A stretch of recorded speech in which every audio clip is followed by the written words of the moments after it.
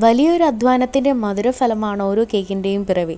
സമ്മാനമായും അല്ലാതെയും ഒക്കെ ക്രിസ്മസിൻ്റെയും ന്യൂ ഇയറിൻ്റെയും വേളയിൽ പ്രിയപ്പെട്ടവരിൽ നിന്നൊരു കേക്ക് കിട്ടുമ്പോഴുള്ള സന്തോഷം ഒന്ന് വേറെ തന്നെയല്ലേ. അപ്പോൾ ഇത്തവണ നമുക്ക് പ്രിയപ്പെട്ടവർക്കായി നമ്മുടെ കൈകൊണ്ട് ഒഥൻറ്റിക് ആയിട്ടുള്ള ഒരു രുചിയിൽ കേക്ക് ബേക്ക് ചെയ്താലോ? So let's begin.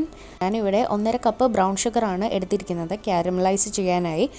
ഒരു അടി കട്ടിയുള്ള പാത്രത്തിലേക്ക് ഷുഗർ ഇട്ട് കൊടുക്കാം. 3 ടേബിൾ സ്പൂൺ വെള്ളവും ചേർത്ത് കൊടുക്കാം.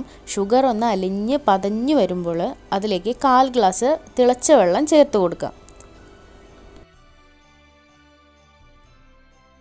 ഇതൊന്ന് നന്നായി കുറുകി വരുമ്പോൾ അതിൻ്റെ ഫ്ലെയിം ഓഫ് ചെയ്ത് കൊടുക്കാം. ഈ ഒരു കൺസിസ്റ്റൻസിയാണ് നമുക്ക് വേണ്ടത്. ഇനി ഇത് തണുക്കാനായിട്ട് മാറ്റി വയ്ക്കാം. അടുത്തതായി പ്ലം കേക്കിലേക്ക് വേണ്ടുന്ന മസാല ഒന്ന് പൊടിച്ചെടുക്കാം.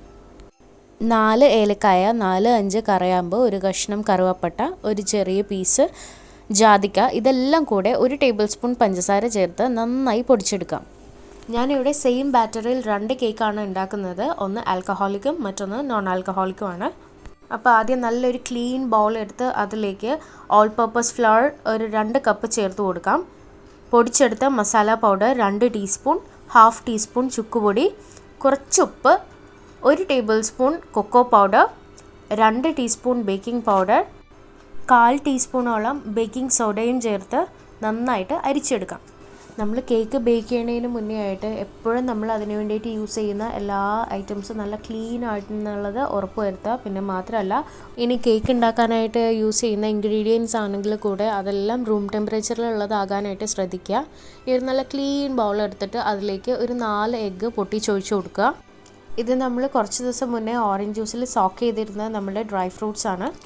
ഇനി ഇത് കുറച്ച് ഓറഞ്ച് സെസ്റ്റാണ്. ഞാൻ ഓറഞ്ചിൻ്റെ മേൾഭാഗം മാത്രം ഒന്ന് ചെറുകിയെടുത്താണ്. ശ്രദ്ധിക്കുക, ഒരംശം പോലും ഓറഞ്ചിൻ്റെ വൈറ്റ് ആ ഒരു പാട്ട് വരരുത്. വന്നു കഴിഞ്ഞാൽ കയ്പ്പായിരിക്കും. ഇനി നമ്മൾ അരിച്ചു വെച്ചിരിക്കുന്ന പൊടിയിൽ നിന്ന് ഒരു 3 ടേബിൾ സ്പൂൺ പൊടിയെടുത്ത് ഓറഞ്ച് ജ്യൂസിൽ സോക്ക് ചെയ്തിരിക്കുന്ന ഡ്രൈ ഫ്രൂട്ട്സ് കോട്ട് ചെയ്ത് കൊടുക്കുക.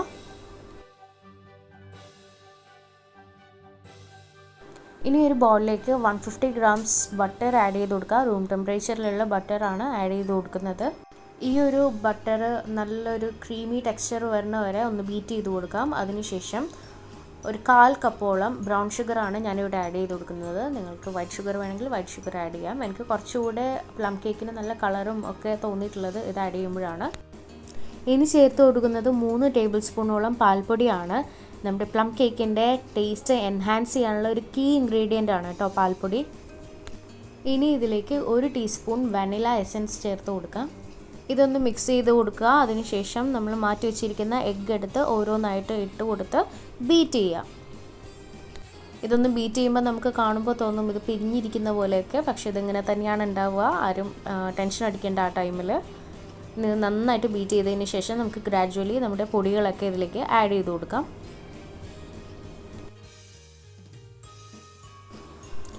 പൊടികളൊക്കെ ചേർത്ത് നന്നായിട്ട് മിക്സ് ചെയ്തതിന് ശേഷം അടുത്ത ഇൻഗ്രീഡിയൻറ്റ് ഇതിലേക്ക് ആഡ് ചെയ്ത് കൊടുക്കേണ്ടത് കാരമലൈസ് ചെയ്ത് വെച്ചിരിക്കുന്ന ഷുഗർ സിറപ്പാണ്.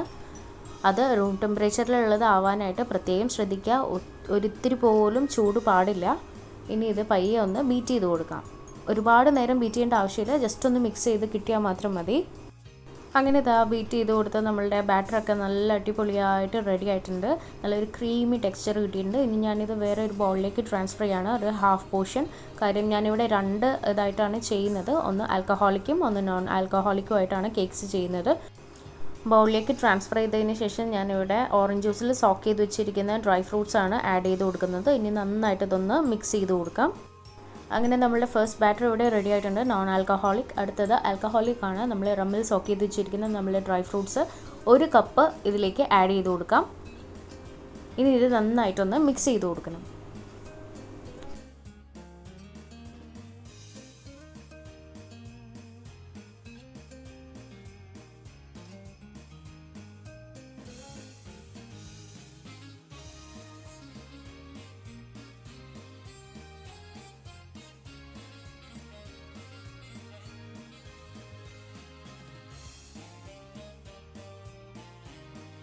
കുറച്ച് ആൽമണ്ട്സും കാഷ്യൂസും കൂടെ ഞാൻ ജസ്റ്റ് ഒന്ന് മിക്സിയുടെ ജാറിലിട്ട് ക്രഷ് ചെയ്തെടുത്തിട്ടുണ്ടായിരുന്നു. അപ്പോൾ അതുകൂടെ 2 ബാറ്ററിലേക്കും ആഡ് ചെയ്ത് കൊടുക്കുകയാണ്.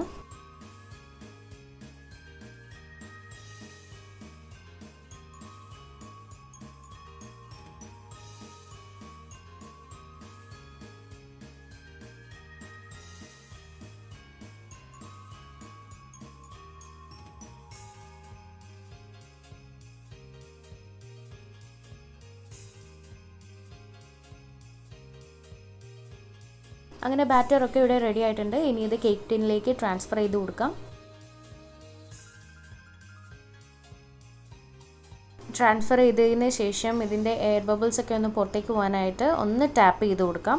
അതിനുശേഷം ഗാർണിഷ് ചെയ്യാം. ഞാനിവിടെ കുറച്ച് ആൽമണ്ട്സ് ഒന്ന് ജസ്റ്റ് കട്ട് ചെയ്ത് വെച്ചിട്ടുണ്ട്. അതും ഓറഞ്ച് ജസ്റ്റ് ബാക്കി ഉണ്ടായിരുന്നു, അപ്പോൾ അത് വെച്ചിട്ടാണ് ഞാൻ ചെയ്യുന്നത്. ഇനി ഇതിലേക്ക് മുകളിലേക്ക് ഡ്രൈ ഫ്രൂട്ട്സോ ഒന്നും ആഡ് ചെയ്യുന്നില്ല. കാര്യം ഓൾറെഡി നമ്മളുടെ പ്ലം കേക്കിൻ്റെ ആ ഒരു ബാറ്റർ നല്ല റിച്ച് ആയിട്ടാണ്, ഒരുപാട് ഫ്രൂട്ട്സ് സോക്ക് ചെയ്തതൊക്കെ ആയിട്ട് നല്ല റിച്ച് ആയിട്ടാണ് ഉള്ളത്.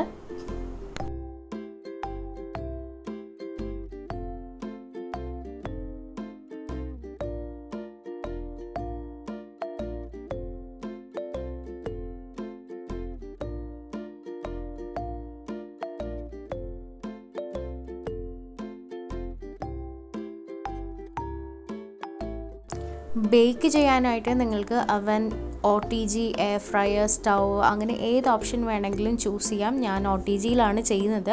പ്രീ ഹീറ്റ് ചെയ്തത് 200 ഡിഗ്രിയിൽ 10 മിനിറ്റ്സ് ആണ്. 2 കോയിലും ഹീറ്റായിട്ടുള്ള ആ ഒരു ഓപ്ഷനാണ് ഞാനിതിൽ സെറ്റ് ചെയ്തിരിക്കുന്നത്.